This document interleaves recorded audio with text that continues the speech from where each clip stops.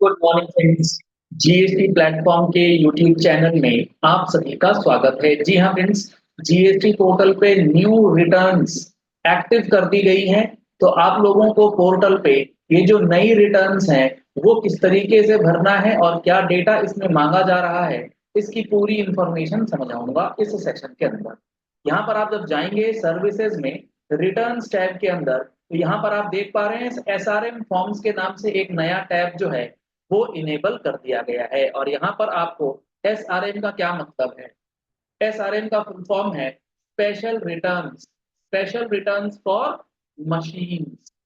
जी हाँ friends, machines के लिए ये स्पेशल रिटर्न आपको दी गई।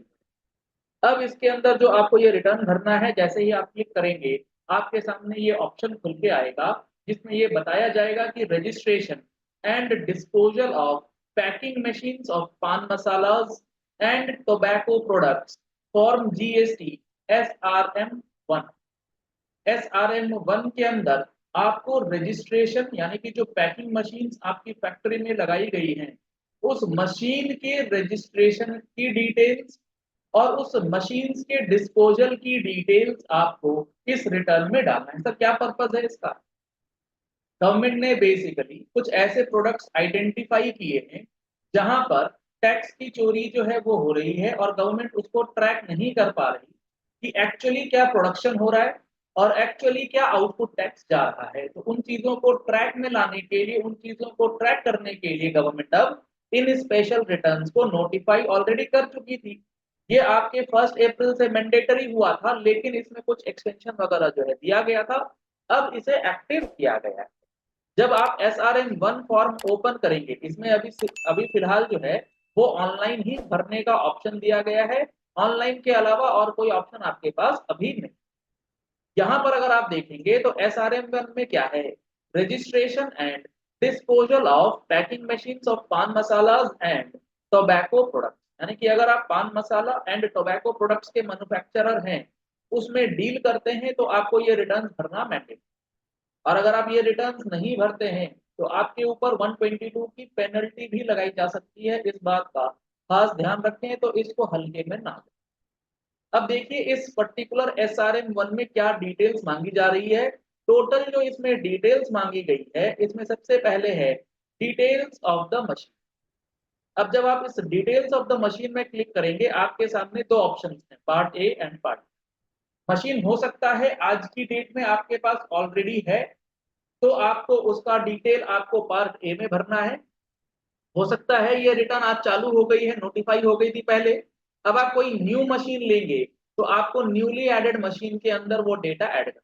अगर एग्जिस्टिंग मशीन के अंदर आप ऐड रिकॉर्ड करेंगे तो आपको ये फीचर्स, ये डेटा जो है अवेलेबल करवाना है। जैसे मशीन का मेक क्या है, उसका मॉडल नंबर क्या है, उसके मैन्युफैक्चरर का नाम क्या है, किसने मैन्युफैक्चर किया है मशीन, उसकी डिटेल्स, मशीन का नंबर क्या है, मशीन आपने कब परचेज करी, एड्रेस कहाँ पर वो इंस्टॉल्ड है, वो जो मशीन है, वो जो मशीन है उसकी इलेक्ट्रिसिटी कंजम्पशन की कैपेसिटी क्या है, इलेक्ट्रिसिटी किस तरीके से वो कंज्यूम कर रहा है, वर्किंग स्टेटस क्या है, काम कर रहा है नहीं कर रहा, रजिस्ट्रेशन नंबर ऑफ मशीन जो है वो आपको यहाँ पर, ये सारी चीजें यहाँ पर फिट कर। इसके बाद इस मशीन के अंदर जो पैकिंग कैपेसिटी है कि आपका जो ये मशीन है वो कितने वेट के पैकेजेस को पैक किया जा सकता है, 200 ग्राम, 250 ग्राम, 1 किलो, 10 किलो, 5 किलो, कितने वेट के पैकेट्स को आपकी ये पर्टिकुलर मशीन जो है पैक करेगी। उसके बाद वो एक ट्रैक के अंदर कितने पैकेजेस को पैक कर देगी, मतलब किस तरीके से आपसे पूरी डिटेल मांगी जा रही है कि भैया आपने एक दिन में इतना पैकिंग कर दिया। अब जब आपने 10 बोरे पैक कर दिए हैं तो आपने सेल कितनी करी है, उस चीज को ट्रैक करना चाहती है गवर्नमेंट। अब आगे अगर आप देखेंगे तो अगला जो डेटा इन्होंने मांगा है वो मांगा है न्यूली एडेड मशीन का। और न्यूली एडेड मशीन में भी आपको सेम वही डिटेल्स मांगी जा रही है कि क्या क्या आपके मशीन की कैपेसिटी है, क्या उसका डेट ऑफ परचेज है, क्या उसकी वैल्यू है, सारी चीजें यहाँ पर आपको दें। इसके बाद बात करें, अगर आपके टेबल 6 में पिछले महीने कोई गड़बड़ हो गई है तो ये आपके अमेंडमेंट, इसके अंदर आपको जाना है टेबल 6 के। उसके बाद है details of intimation of the machines furnished to other department. जी हाँ फ्रेंड्स, कई बार क्या होता है कि आपको अपनी मशीन से रिलेटेड जो प्रोडक्शन कैपेसिटीज हैं ये तो हम लोग जीएसटी डिपार्टमेंट की बात कर रहे हैं। अदर अदर कई डिपार्टमेंट्स होते हैं जहां पर आपको अपना प्रोडक्शन कैपेसिटी मशीन वाइज देना पड़ता है। अगर आपके पास ऐसी कोई डिटेल्स अवेलेबल है तो आपको उस इंटीमेशन जो आपने अदर देन जीएसटी डिपार्टमेंट को दे रखी है, तो उस डिक्लेरेशन को भी आप यहाँ पर देंगे, उस इंटीमेशन को भी यहाँ पर अपलोड करेंगे। तो यहाँ पर अब एक बात ध्यान रखने वाली बात यह है कि भैया आपने कहीं और डिपार्टमेंट में कुछ दे रखा है तो उसके उलट यहाँ मत दे दीजिएगा, नहीं तो सारी चीजें जो है वो क्रॉस चेक हो जाती है ना। इस बात का भी ध्यान आपको रखना है। इसके बाद मान लीजिए जो मशीन आपने ऐड करी है वो अब आप डिस्क्लोज कर रहे हैं, तो डिस्पोजल ऑफ मशीन के केस में आपको टेबल नंबर 8 इसमें भरना पड़ेगा। इसके बाद अगला टेबल है प्रोडक्ट का डिटेल। ये जो मशीन आप ऐड कर रहे हैं इसके अंदर क्या प्रोडक्ट किस ब्रांड का है, क्या पैकिंग टाइप है, उस पूरे प्रोडक्ट का डेटा आपको यहाँ पे फीड करना है। एचएसएन क्या है, quantity in grams in each package, ये एक पैकेज के अंदर कितने क्वांटिटी का आप प्रोडक्ट डालते हैं उसकी ब्रेकअप आपको यहाँ पर फीड करनी।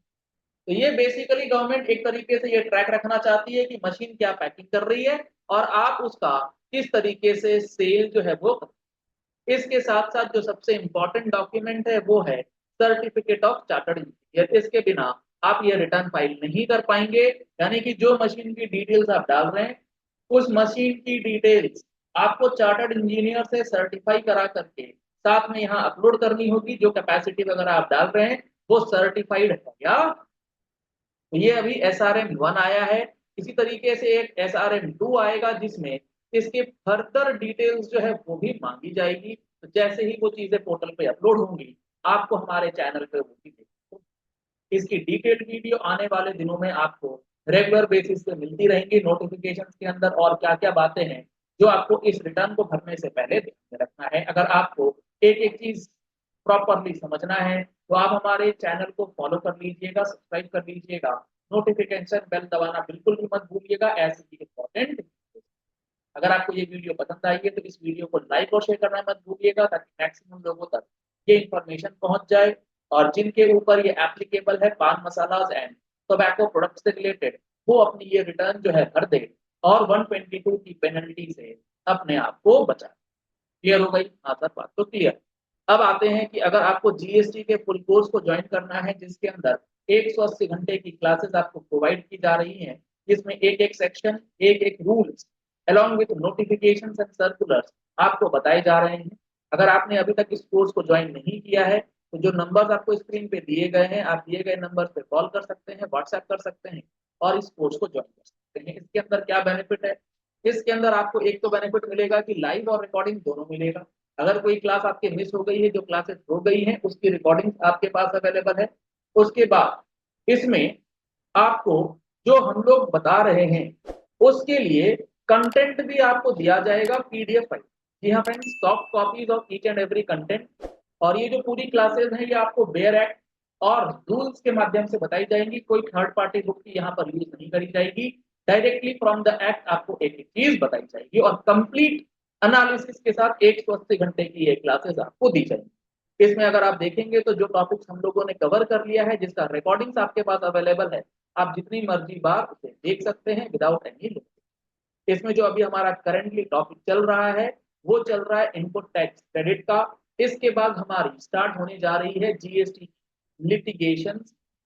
तो आप अगर चाहते हैं सिर्फ और सिर्फ लिटिगेशन सीरीज का हिस्सा बनने का तो आप उसके लिए भी लिटिगेशन पार्ट सिर्फ ज्वाइन कर सकते हैं, जिसमें आपको demand recovery, assessment, appeals, penalties, ये सारी चीजें जो हैं वो बताई जाएंगी। और फुल कोर्स लेना चाहते हैं तो आपको कंप्लीट कवरेज उसका भी मिलेगा। आप हमारे मोबाइल एप्लीकेशन पे जाएं और उसमें जीएसटी प्लेटफॉर्म के अंदर जीएसटी फुल कोर्स 2024 का ऑप्शन अवेलेबल है। मोबाइल एप्लीकेशन डाउनलोड करने के लिए लिंक आपको वीडियो डिस्क्रिप्शन बॉक्स में, प्ले स्टोर पे जाएंगे वहां पर भी जीएसटी प्लेटफॉर्म का ऐप अवेलेबल। मैं आपको अगर ट्रायल दिखाऊं तो यहाँ पर इनपुट टैक्स क्रेडिट के अंदर आप अगर देखेंगे तो इनपुट टैक्स क्रेडिट में लगभग अभी तक जितनी क्लासेस हमारी हुई है लगभग 6 क्लासेस हो गई है, जिसके अंदर अगर आपको क्लासेस का जो ड्यूरेशन है लगभग लगभग 25 घंटे की क्लासेस ऑलरेडी हो चुकी है एक इनपुट टैक्स क्रेडिट के चैप्टर। तो इस डिटेल एनालिसिस के जब चीजें बताई जाएंगी तो आपको एक एक टॉपिक जो है वो क्लियर होगा, ऐसी गारंटी आपको यहाँ पर मिलने वाली। चलिए इस वीडियो को यही एंड करते हैं। आशा करते हैं चीजें आपको समझ में आ गई। और अगर आप इस तरीके की बेनिफिट्स को लेना चाहते हैं तो आप आज ही कॉन्टैक्ट कर सकते हैं।